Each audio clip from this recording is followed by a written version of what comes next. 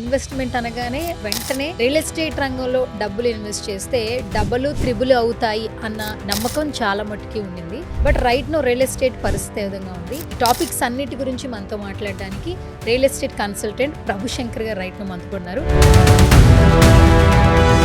బయట అసలు real estate రంగం పడిపోయింది. రియల్ ఎస్టేట్ వ్యాపారం కుప్పకూలిందని రియల్ ఎస్టేట్ లేచే సూచనలు ఇప్పట్లో కనిపించడం లేదు. ఈ మాట ఎక్కువగా వింటున్నాం. ఒక రియల్టర్ గా మీరు ఇచ్చే ఆన్సర్ ఏంటి? ఈ లాస్ట్ 3 years తీసుకోండి, 177 కోట్లకి పర్ ఎకర్ పోయింది. ఇప్పుడు 200 కోట్లకి ఎకర్ పోయింది. ఎక్కడ పడిపోయింది రియల్ ఎస్టేట్?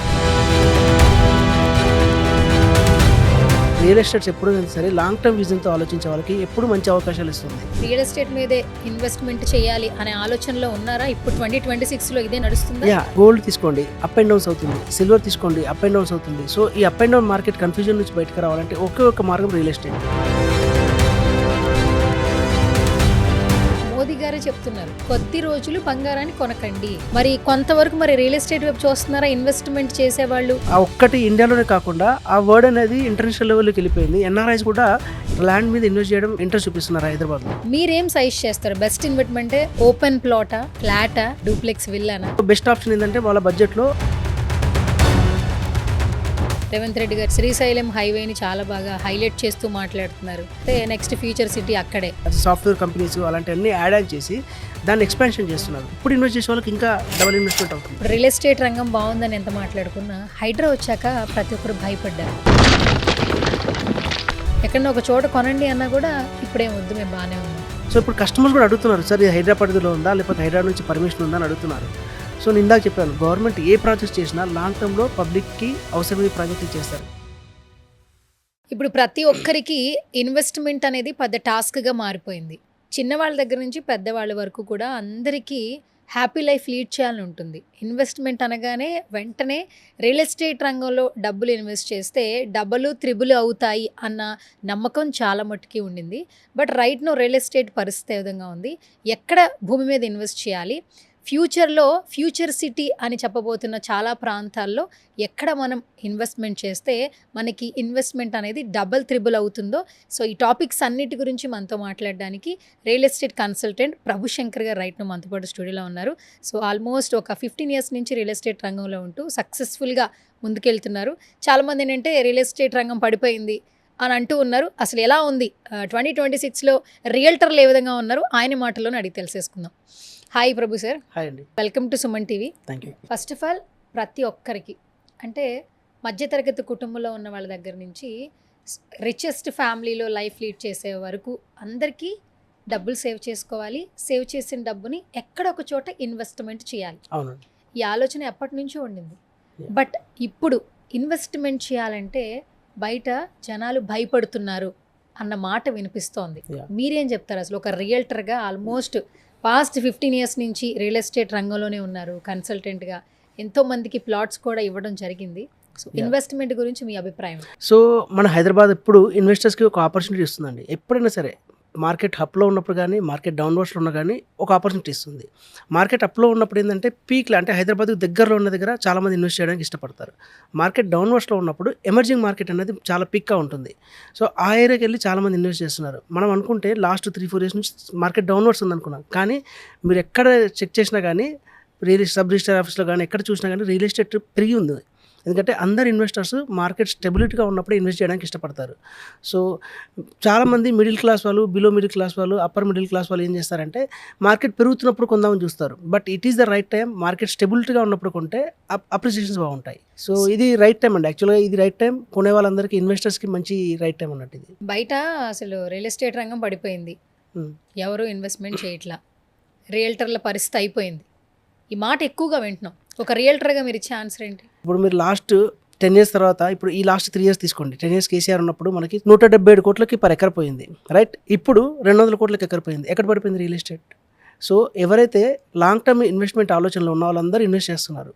సో అప్పుడు కంటే మరి తగ్గాలి కదా, 150 కోట్లకు 100 కోట్లకు తగ్గాలి, కానీ పెరిగింది. ఎందుకు పెరిగింది? సో రియల్ ఎస్టేట్స్ ఎప్పుడైనా సరే లాంగ్ టర్మ్ విజన్తో ఆలోచించే వాళ్ళకి ఎప్పుడు మంచి అవకాశాలు ఇస్తుంది.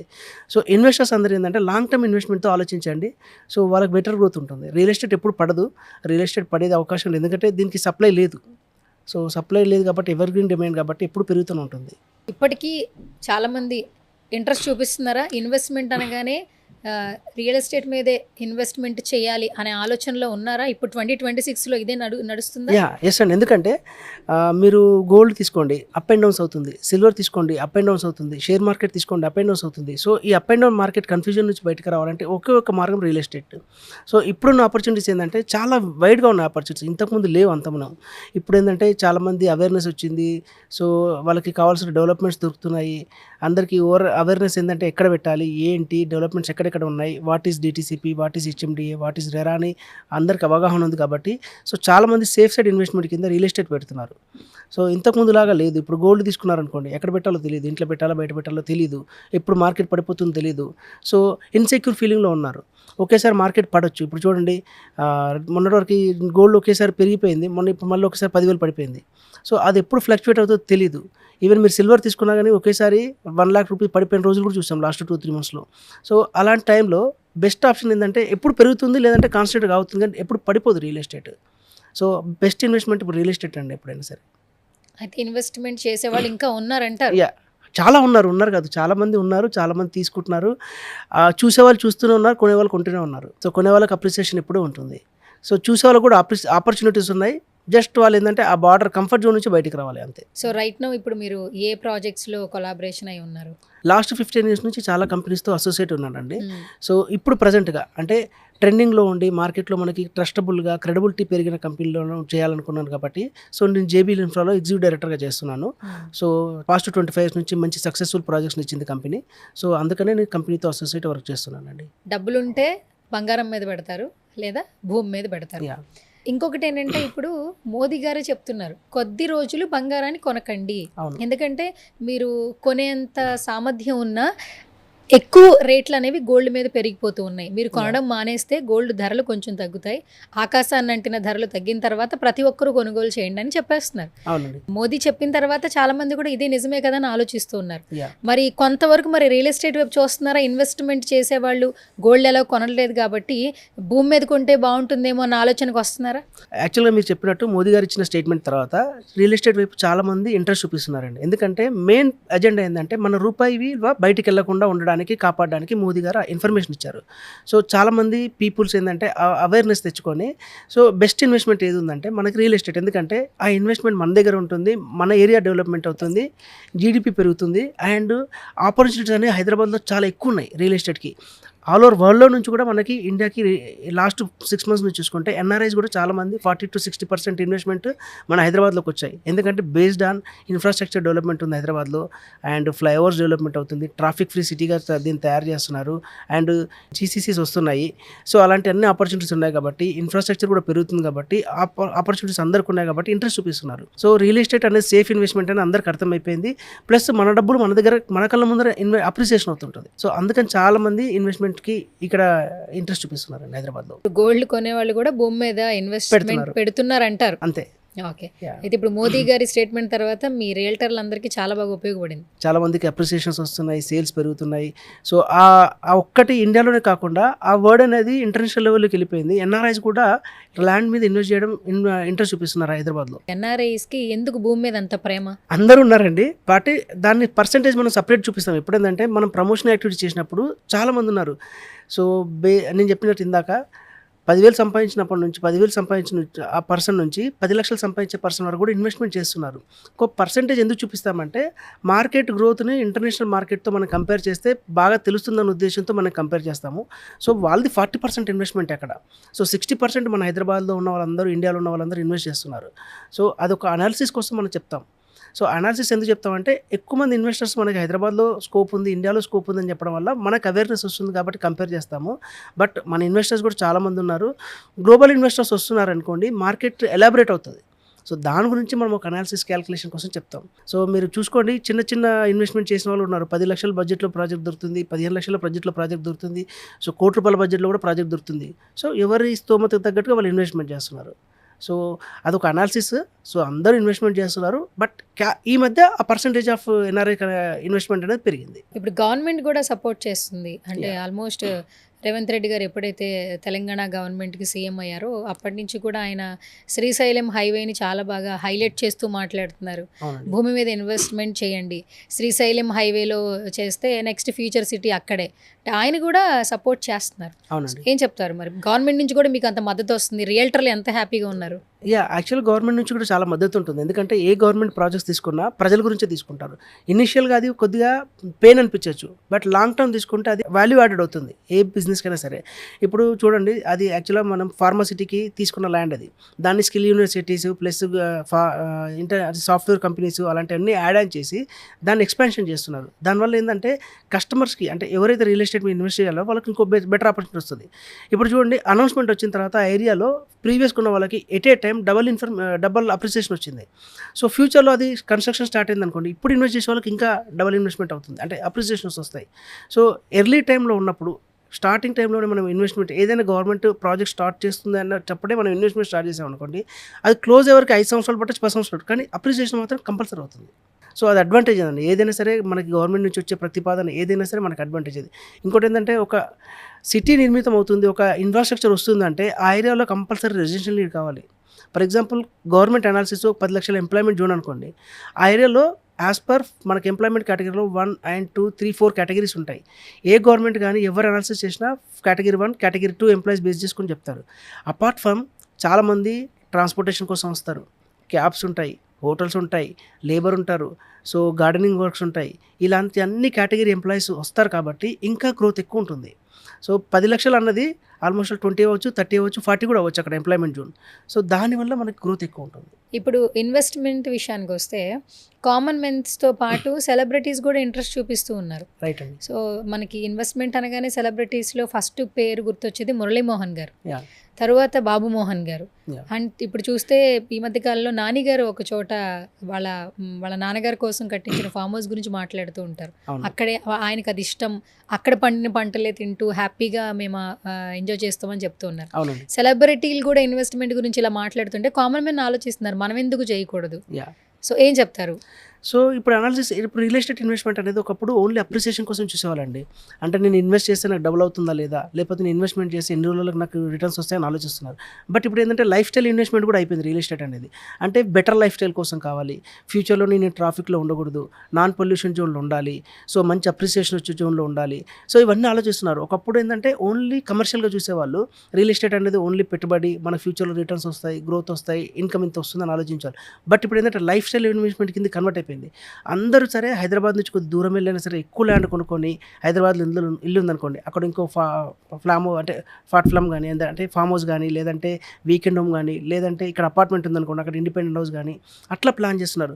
సో రియల్ ఎస్టేట్ అనేది రాను ఏమవుతుందంటే లైఫ్ స్టైల్ అయిపోతుంది.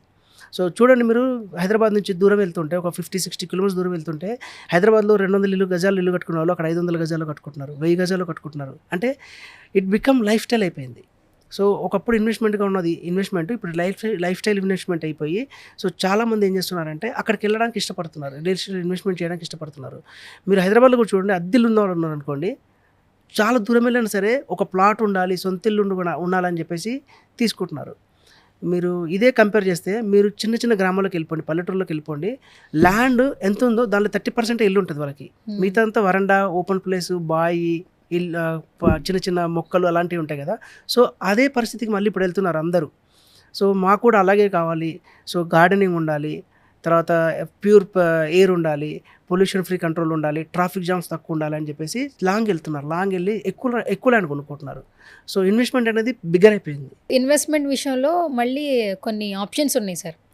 ఓపెన్ ప్లాట్స్ కొనండి, లేదా ఫ్లాట్స్ కొనండి, లేదు అపార్ట్మెంట్స్ కొనండి, విల్లాస్ కొనండి, చాలా వచ్చేసే ఆప్షన్స్.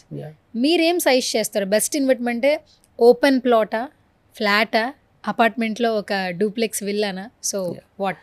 ఇది డిపెండ్స్ కస్టమర్ టు వేరియేషన్ ఉంటుంది. ఎందుకంటే ఫర్ ఎగ్జాంపుల్ నాకు నీడ్ ఉంది, నేను హైదరాబాద్లో ఉన్నాను, నీడ్ ఉంది, నేను ఆఫీస్కి వెళ్ళడానికి నాకు నియర్ బై లొకేషన్లో కావాలన్న వాళ్ళకి సో బెస్ట్ ఆప్షన్ ఏంటంటే వాళ్ళ బడ్జెట్లో ఫ్లాట్ వస్తుందా విల్లా వస్తుందా చూసుకోవడం బెటర్ ఆప్షన్. ఆల్రెడీ ఒక విల్లా కానీ ఫ్లాట్ కానీ ఉంది, సెకండ్ ఇన్వెస్ట్మెంట్కి వెళ్తున్నాను అనుకున్నప్పుడు better option is open plot only. Budget సరిపోతుందంటే నేను చెప్తాను ఫ్లాట్ కొనుక్కోమని, లేదంటే విల్లా కొనుక్కోమని, లేదంటే ఇండిపెండెంట్ హౌస్ కొనుక్కోమని. లేదు నాకు బడ్జెట్ సరిపోవట్లేదంటే compulsory open plot is the best option. చాలామంది నన్ను అడుగుతుంటారు, సార్ నా దగ్గర 5 లక్షలు ఉన్నాయి, 10 లక్షలు ఉన్నాయి, 20 లక్షలు ఉన్నాయి, నేను ఏం తీసుకోవాలి, నేను ఇల్లు తీసుకుందాం అనుకుంటున్నాను, ఫ్లాట్ తీసుకుందాం అంటున్నారు. నేను చెప్పే సజెషన్ ఒకటేనండి, మీరు ఏ ప్రాపర్టీ కొన్నా అంటే మీ దగ్గర ఫుల్ 100% అమౌంట్ ఉందనుకోండి, వెళ్ళండి. నేను లోన్కి వెళ్తున్నారంటే కంపల్సరీ ప్రాపర్టీ వాల్యూలో 40% అమౌంట్ మీ దగ్గర ఉండాలి. ఫర్ ఎగ్జాంపుల్ మీరు 1 CR బడ్జెట్కి మీరు ఏదైనా ప్రాపర్టీ అనుకుంటున్నారనుకోండి, 40 lakhs మీ దగ్గర ఉంటేనే వెళ్ళండి. లేదు ఆ 40 lakhsతో ఎక్కడైనా సరే ల్యాండ్ వస్తే ఓపెన్ ప్లాట్ కొనుక్కోమని చెప్తాను. ఎందుకంటే 20% అడ్వాన్స్కి వెళ్ళిపోతుంది, and registration and other charges కలిపి ఒక 10% వరకు వెళ్ళిపోతాయి, అండ్ బ్యాంక్ మిగతా ఇంటీరియర్స్ అని అవన్నీ ఇవన్నీ ఎక్స్ట్రా ఖర్చులు ఉంటాయి. కాబట్టి అట్లీస్ట్ 40% అమౌంట్ కస్టమర్ చేతిలో ఉంటే సో వాళ్ళు వెళ్ళొచ్చు, ఫ్లాట్ కానీ విల్లా కానీ వెళ్ళొచ్చు. లేదు నా దగ్గర అంత బడ్జెట్ లేదు, అందులో 20% అమౌంట్ ఉందంటే best option is land. Yeah, even land కూడా మీరు ఈఎంఐలో కొనుక్కోవచ్చు. అక్కడ కూడా మీ దగ్గర 40% అమౌంట్ ఉండాల్సిందే. 60% మీకు బ్యాంక్ నుంచి లోన్స్ వస్తాయి. ప్రభుశంకర్ గారు ఇన్వెస్ట్మెంట్ గురించి చాలా చక్కగా చెప్తున్నారు. బట్ ఎంతో మందికి ఉన్న డౌట్ ఏంటంటే అసలు ఇన్వెస్ట్మెంట్ ఎందుకు చేయాలి? ఇప్పుడు మనం ఇన్వెస్ట్మెంట్ చేస్తే ఫ్యూచర్ ఏమైద్దో తెలియదు. సో ఫ్యూచర్ కోసం మనం ఇప్పుడుగానే ఎందుకు ఇంత స్ట్రెస్ తీసుకోవాలి అని ఆలోచించే వాళ్ళకి మీరు చెప్పే ఆన్సర్ ఏంటి ఇన్వెస్ట్మెంట్ గురించి? అందరు ఇన్వెస్ట్మెంట్ చేస్తారండి, ఎవరు చేయకుండా ఉండరు. కాకపోతే ల్యాండ్ మీదే చేయాలా, దేని మీద చేయాలా, మ్యూచువల్ ఫండ్స్లో చేయాలా, ఏదో ఒక ఆపర్చునిటీ కంపల్సరీ ఇన్వెస్ట్మెంట్ చేస్తూనే ఉంటారు. ఎందుకంటే ప్రతి ఒక్కరు చెప్పేది ఏంటంటే మీరు వచ్చిన ఇన్కంలో 20% పక్కన పెట్టేయండి. అవునా? ఎవరైనా సరే, చాలామంది పెద్దవాళ్ళు చెప్పారు, అందరు చెప్తున్నారు, ప్రొఫెసర్స్ చెప్పారు, అందరు చెప్తూనే ఉంటారు, కంపల్సరీ 20% అది ఇన్వెస్ట్ చేయండి, ఫ్యూచర్ ఇన్వెస్ట్మెంట్ కోసం పనికొస్తుంది అని చెప్తారు. సో దానిలో ఏంటంటే చాలామంది ఏం చేస్తారంటే 20% అమౌంట్స్ని చిన్న చిన్న మ్యూచువల్ ఫండ్స్లోనో, గోల్డ్లోనో, సిల్వర్లోనో పెట్టి ఒక పెద్ద అమౌంట్ వచ్చిన తర్వాత తీసుకెళ్ళి దాన్ని కూడా మళ్ళీ ఓపెన్ ప్లాట్స్లో పెడతారు. సో ఒక స్టెప్ బై స్టెప్ ఇన్వెస్ట్మెంట్ చేసి ఆ వచ్చిన రిటర్న్ మళ్ళీ ఓపెన్ ప్లాట్లో రియల్ ఎస్టేట్లో ఇన్వెస్ట్మెంట్ చేస్తారు. అదొక ఆప్షన్. ఏంటంటే ఒకేసారి పెద్ద అమౌంట్లో రియల్ ఎస్టేట్లో ఇన్వెస్ట్ చేయని వాళ్ళు ఏంటంటే చిన్న చిన్న అమౌంట్స్ పక్కన పెట్టుకొని వేరే పాసివ్ ఇన్కమ్స్లో పెట్టుకొని దాన్ని విత్డ్రా చేసి రియల్ ఎస్టేట్లోకి రావచ్చు ఇన్వెస్ట్మెంట్కి. సో కాకపోతే ఇన్వెస్ట్మెంట్ అనేది బెస్ట్ ఆప్షన్. ఎందుకంటే ఈ రోజు ఉన్న డబ్బులు, ఫర్ ఎగ్జాంపుల్ ఈరోజు ₹1,00,00,000 ఉందనుకోండి, మనకు 10 సంవత్సరాల తర్వాత ₹1,00,00,000 వాల్యూ ఉండదు, అది తగ్గిపోతుంది. క్యాష్ వాల్యూ ఎప్పుడు తగ్గిపోతుంది. ఎందుకంటే మొన్న చూడండి 75-80 రూపీస్ ఉన్న మన రూపాయి విలువ ఇప్పుడు డాలర్ విలువ ₹100కి వెళ్ళిపోయింది. రైట్, 95-100 రూపీస్ నడుస్తుంది. సో డబ్బులు ఎప్పుడు మన దగ్గర ఉంటే అది డిప్రిసియేషన్ అవుతుంది. దాన్ని ఇన్వెస్ట్మెంట్ చేస్తేనే అది రిటర్న్స్ వస్తుంది, అప్రిసియేషన్ అవుతుంది. ఇన్వెస్ట్మెంట్ ఈజ్ నథింగ్ బట్ మనం పడుకున్నప్పుడు కూడా దాని విలువ పెరుగుతూ ఉండాలి, అదే ఇన్వెస్ట్మెంట్. సో అందుకని ఇన్వెస్ట్మెంట్ చేయాలి కంపల్సరీ. ఇంకొక టాపిక్ మాట్లాడాలి. ఇన్వెస్ట్మెంట్ ఎందుకు చేయాలో చాలా క్లియర్గా చెప్పారు. నవడేస్ ఎక్కడన్నా ఒక చోట డబ్బు పెట్టాలంటే భయపడిపోతున్నారు. అలాంటి సిచ్యువేషన్స్ మనం రోజుకు కూడా చూస్తూ ఉన్నాం. కొంచెం మిడిల్ క్లాస్ మధ్యతరగతి వాళ్ళు ఏంటి కష్టపడి డబ్బులు సేవ్ చేసుకునే క్రమంలో చిట్టి పాట అంటూ చిట్టి కడుతున్నారు. అవును, ఎక్కడో తెలిసిన వాళ్ళు తప్పితే నార్మల్గా అయితే ఆ అమౌంట్ తిరిగి రావట్లేదు, వాళ్ళు మోసం చేస్తున్నారు. బ్యాంక్స్లో ఇన్వెస్ట్ చేస్తే ఏదో బిజినెస్కి ఉపయోగపడుతుంది కదని కొన్ని ప్రైవేట్ బ్యాంక్స్ నమ్ముకుని అక్కడ డబ్బులు కడుతున్నారు. రీసెంట్గా ఒక సెలబ్రిటీ మీద కూడా మంగ్లీ కూడా అదే టైంలోనే బయటకు వచ్చారు. ఆ డబ్బులు కట్టారు, ఈ డబ్బులు కట్టారు, మంగ్లీ చూసి కట్టారు అంటున్నారు. అసలు మంగ్లీ ఓపెన్గా ఏ స్టేట్మెంట్ ఇవ్వలేదు, నేను ఇలా చేస్తున్నాను అలా చేస్తున్నాను వచ్చి డబ్బులు కట్టండి అని. కానీ చివరికి వచ్చి మంగ్లీ మీదే వచ్చింది. చాలా వివాదాలు మనం చూస్తూ ఉన్నాం గత కొంతకాలం నుంచి. అక్కడ చూస్తే అందులో రూరల్లో ఉన్నటువంటి ప్రజలు ఒకళ్ళు 2 లక్షలు, 5 లక్షలు, 12 లక్షలు ఇలా డబ్బు ఇన్వెస్ట్మెంట్ చేసే క్రమంలో తెలుసుకోకుండా ఎక్కడ పడితే అక్కడ ఇన్వెస్ట్మెంట్ చేసేస్తున్నారు. ఇలాంటి జరుగుతున్న సిచ్యువేషన్స్లో ఈ డబ్బు తీసుకొచ్చి రియల్ ఎస్టేట్ మీద పెట్టండి అని మీరు చెప్తున్నారు. ఎలా ప్రజల్ని మీరు నమ్మించగలుగుతున్నారు? అంటే ఏం లేదండి, ఏదైనా సరే మనకు ఎప్పటి నుంచి ఒక సామెత ఉంది, అత్యాశ పోకూడదని. ఇలాంటి ఇన్వెస్ట్మెంట్స్ అన్నీ ఏంటంటే ఎక్కువ రిటర్న్స్ వస్తాయి అన్న ఆలోచనతో కస్టమర్స్ కానీ ఎవరైనా సరే ప్రజలు ఇన్వెస్ట్ చేస్తున్నారు. సో ఇన్వెస్ట్ చేసే ముందు దాని గురించి ఒకసారి ఆలోచించండి, 1-2 సార్లు. ఫర్ ఎగ్జాంపుల్ మనం ఒక డ్రెస్ తీసుకోవడానికి వెళ్తామండి, పోగానే తీసుకోం కదా, సెలెక్ట్ చేస్తాం, ట్రయల్ చేస్తాం, అవన్నీ చేస్తాం. సో ఇన్వెస్ట్ చేసే ముందు ఎప్పుడైనా సరే దానివల్ల వచ్చే రిటర్న్స్ నిజమైన రిటర్న్స్ వస్తున్నాయా, ఆ పర్సంటేజ్ మనకు వాల్యూ వస్తుందా, సో ఆ ఫండ్ వాళ్ళు ఎక్కడ డైవర్ట్ చేస్తున్నారు, సో దానివల్ల వాళ్ళకి రిటర్న్స్ వచ్చేది. ఇప్పుడు ఫర్ ఎగ్జాంపుల్ మీరు డబ్బులు పెట్టారండి వాళ్ళ దగ్గర, వాళ్ళు ఎక్కడ పెడుతున్నారు డబ్బుల్ని, తీసుకెళ్ళి ఇన్వెస్ట్మెంట్ చేస్తున్నారా, రియల్ ఎస్టేట్లో పెడుతున్నారా, మ్యూచువల్ ఫండ్స్లో పెడుతున్నారా, గోల్డ్ కొంటున్నారా, వాళ్ళు ఎక్కడికి రిటర్న్స్ ఇవ్వాలి మళ్ళీ మీకు. సో బ్యాక్ జరుగుతున్న హిస్టరీ కూడా చూసుకోవాలి. చూసుకోకుండా వాళ్ళు రిటర్న్స్ ఇస్తామని చెప్పగానే మీరు నమ్మి పెట్టేయడం వల్ల ఇలాంటి జరుగుతున్నాయి. సో ఇన్వెస్ట్మెంట్ పెట్టేటప్పుడు కూడా మనం ఏంటంటే ఒక ఆలోచన ఉండాలి, ఎప్పుడు ఆ డబ్బులు ఎక్కడికి వెళ్తున్నాయి, ఏంటి, వాళ్ళు ఎక్కడ ఇన్వెస్ట్మెంట్ చేస్తున్నారు, ఆ రిటర్న్స్ వచ్చే అవకాశాలు ఎంతవరకు ఉన్నాయి, పెట్టచ్చా లేదా, వచ్చిన కాన్ఫిడెన్స్ వచ్చిన తర్వాత పెడితే ఈ ప్రాబ్లమ్స్ రావు. సో అందుకనే పెట్టే ఇన్వెస్టర్స్కి అందరు చెప్తాను, ఎప్పుడైనా సరే మీరు పెట్టే డబ్బులు ఒకటి చూడకండి, ఆ రిటర్న్స్ వచ్చే పద్ధతిని కూడా చూడండి. ఏ డోర్లో వెళ్తున్నా ఏ డోర్లోకి రిటర్న్ వస్తుందో చెక్ చేసుకుంటే అది బెస్ట్ ఇన్వెస్ట్మెంట్ అవుతుంది ఎప్పుడైనా. చాలా సందర్భాల్లో పెద్ద పెద్ద బిజినెస్ మ్యాన్ చెప్తారు ఎగ్జిట్ కూడా చూసుకుంటాం ఇన్వెస్ట్మెంట్ చేసేటప్పుడు అని. సో చాలామంది మిడిల్ క్లాస్ వాళ్ళు ఏంటంటే ఎగ్జిట్ చూడరు, అప్రిసియేషన్ ఎంత వస్తుంది ఆ మాటలు విని వెళ్ళిపోతారు. ఎగ్జిట్ అనేది కూడా ఇంపార్టెంట్. మనం పెట్టే డబ్బులు ఎగ్జిట్ ఎంత ఫాస్ట్గా అవుతుంది, ఏ రిటర్న్స్లో ఎగ్జిట్ వస్తుంది కూడా చూసుకుంటే వాళ్ళకి ఎలాంటి మోసాలు జరగవండి. ఇంకోటి ఏంటంటే ఎక్కడైనా సరే స్కీమ్స్ దగ్గరికి ఎక్కువ వెళ్ళకండి. ఎందుకంటే రియల్ ఎస్టేట్లో ఎప్పుడైనా సరే మీరు లాస్ట్ 10 years నుంచి చాలా కంపెనీస్ కూడా స్కీమ్స్ ఇచ్చి వాళ్ళు కూడా బ్యాక్వర్డ్స్ చేసిన సందర్భాలు చాలా చూస్తున్నాం. సో కాకపోతే స్కీమ్స్ ఇచ్చేటప్పుడు ఏంటంటే చాలా జాగ్రత్తగా చెక్ చేసుకోండి, స్కీమ్స్ కరెక్టా కాదా, వాళ్ళు ఇవ్వగలరా లేదా అని చెక్ చేసుకొని ఎగ్జిట్ కూడా ఆలోచించుకుంటే ఇలాంటి అవసరాలు రావు. ఇప్పుడు రియల్ ఎస్టేట్ విషయానికి వస్తే మేము ఒక లేఅవుట్ వేసాం, ఆ ప్రాజెక్ట్ ఇన్ని ఎకరాలు అని ఒక రియల్ ఎస్టేట్లో ఉన్నటువంటి పర్సన్స్ అందరూ మార్కెటింగ్ వాళ్ళు ఎగ్జిక్యూటివ్ వాళ్ళు చెప్తుంటారు. ఈ లేఅవుట్కి క్లయింట్ అడిగే క్వశ్చన్ ఏంటంటే ఇది హెచ్ఎండిఏ లేఅవుటా, డిటిసిపి లేఅవుటా, రెరా అప్రూవ్డ్ ఉందా అని అడుగుతుంటారు. ఏంటి అసలు ఈ వర్డ్స్కి మీనింగ్ ఏంటి, అర్థం ఏంటి అసలు? యాక్చువల్ రియల్ ఎస్టేట్లో చాలా ప్రాజెక్ట్స్ ఉంటాయండి. ఇప్పుడు మీరు చాలా చూసుకుంటే డిటిసిపి ఉంది, హెచ్ఎండిఏ ఉంది, బోత్ రేరా అప్రూవ్డ్ ఉండాలి, ఫామ్ ల్యాండ్స్ ఉన్నాయి, అండ్ ఫామ్ విల్లా ప్రాజెక్ట్స్ వస్తున్నాయి, గేటెడ్ కమ్యూనిటీ ఫామ్ హౌసెస్ అంటున్నారు, అండ్ అగ్రికల్చర్ ల్యాండ్స్ అంటున్నారు. చాలా టైప్స్ ఆఫ్ ఉన్నాయి. సేఫెస్ట్ ఇన్వెస్ట్మెంట్ ఏంటంటే గవర్నమెంట్ అప్రూవ్డ్ ఇన్వెస్ట్మెంటే బెటర్. మీరు చూసుకోండి, రీసెంట్గా హైడ్రా నుంచి కూడా మనకు స్టేట్మెంట్ ఉంది, ఏదైతే గవర్నమెంట్ అప్రూవ్డ్ ఉన్న ప్రాజెక్ట్స్లో తీసుకుంటే మీరు 100% సేఫెస్ట్ అని. సో ఎందుకంటే మనం అప్రూవల్ ప్రాసెస్ వెళ్ళినప్పుడు ఆ ల్యాండ్ కరెక్ట్ ల్యాండా, అది ఎఫ్టీఓలో ఉందా, గవర్నమెంట్ ల్యాండ్లో ఉందా, ఏదన్నా ట్రస్ట్కి సంబంధించిన ల్యాండ్ అనేది వాళ్ళు వెరిఫై చేస్తారు. అన్నీ చెక్ చేసుకున్న తర్వాతే వాళ్ళు ఎల్పీ నెంబర్ అనేది ప్రొవైడ్ చేస్తారు. సో 99.99% సేఫెస్ట్ ఏంటంటే గవర్నమెంట్ ప్రాజెక్ట్ అప్రూవల్ తీసుకోవాలి. సో వన్స్ గవర్నమెంట్ అప్రూవల్ ఇచ్చిన తర్వాత దానికి రేరా అప్రూవల్కి వెళ్తారు. సో బోత్ డిపార్ట్మెంట్స్ అప్రూవల్స్ ఉన్నాయి కాబట్టి సేఫ్ జోన్ అది. సో కస్టమర్కి ఎప్పుడంటే నేను చెప్పాను ఇందాక ఎగ్జిట్ కూడా చూసుకోవాలన్నప్పుడు మనం చూసుకోవాల్సింది ఏంటంటే సేఫ్ జోన్లో ఉన్నామా లేదా చూసుకుంటే గవర్నమెంట్ అప్రూవ్డ్ ఉన్న ప్రాజెక్టే బెస్ట్ ప్రాజెక్టులు. చాలామందికి ఏంటంటే డిటీసీపీ, హెచ్ఎండిఏ అండ్ ఇప్పుడు ఎఫ్సిడిఏ వచ్చింది, తర్వాత ముడా వచ్చింది, చాలా ప్రాజెక్ట్స్ ఉన్నాయి కదా, వాట్ ఈస్ డిఫరెన్స్ అని అడుగుతుంటారు. సో దానికి నేను సింపుల్ చెప్తానండి, ఏదైనా సరే గవర్నమెంట్ నుంచి అథారిటీయే, కాకపోతే లోకల్ గవర్నమెంట్ అథారిటీ అది సపరేట్ ఉంది. ఇప్పుడు ఫర్ ఎగ్జాంపుల్ యాదగిరి గుట్ట అనుకోండి, వైటీడీటీ అంటాం, యాదగిరిగుట్ట టెంపుల్ డెవలప్మెంట్ అథారిటీ అంటాం. సో ముడా అంటే Mahabubnagar urban development authority. ఇప్పుడు రీసెంట్గా వికారాబాద్ డెవలప్మెంట్ అథారిటీ కూడా తీసుకొచ్చారు. So local government authorities also called as a government approval authorities. So government నుంచే వాళ్ళు అప్రూవల్ చేస్తారు కాబట్టి సో ఏదైనా సరే గవర్నమెంట్ అప్రూవ్ ఉన్న ప్రాజెక్ట్స్లో ఇన్వెస్ట్ చేయడం బెటర్ అండి. సేఫ్ జోన్ అనే పాయింట్ మాట్లాడారు మీరు. యా, ఇప్పుడు హైదరాబాద్లో సేఫెస్ట్ ఏరియాస్ అంటే ఏంటి, అంటే ఎక్కడ ఇన్వెస్ట్మెంట్ చేస్తే ఫ్యూచర్ అనేది వాళ్ళకి డబుల్ త్రిబుల్ ఉంటుంది? ఇందాక అంటే సేఫెస్ట్ జోన్ ఇన్వెస్ట్మెంట్ అంటే ఏం లేదండి, ఎర్లీగా స్టార్ట్ అవుతుంది అంటే ఇప్పుడిప్పుడే మార్కెట్ స్టార్ట్ అవుతుంది అనే ఏరియా చూసుకుంటే సేఫెస్ట్ జోన్ అంటాం. ఇప్పుడు ఆల్రెడీ పెరిగిపోయిన దగ్గర కొనుక్కున్నాం అనుకోండి, అది సేఫ్ జోన్ కాదు, ఎందుకంటే అది ఇంకా అంత పర్సెంటేజ్లో పెరుగుతుందో లేదో తెలియదు కాబట్టి సేఫ్ జోన్ కాదు.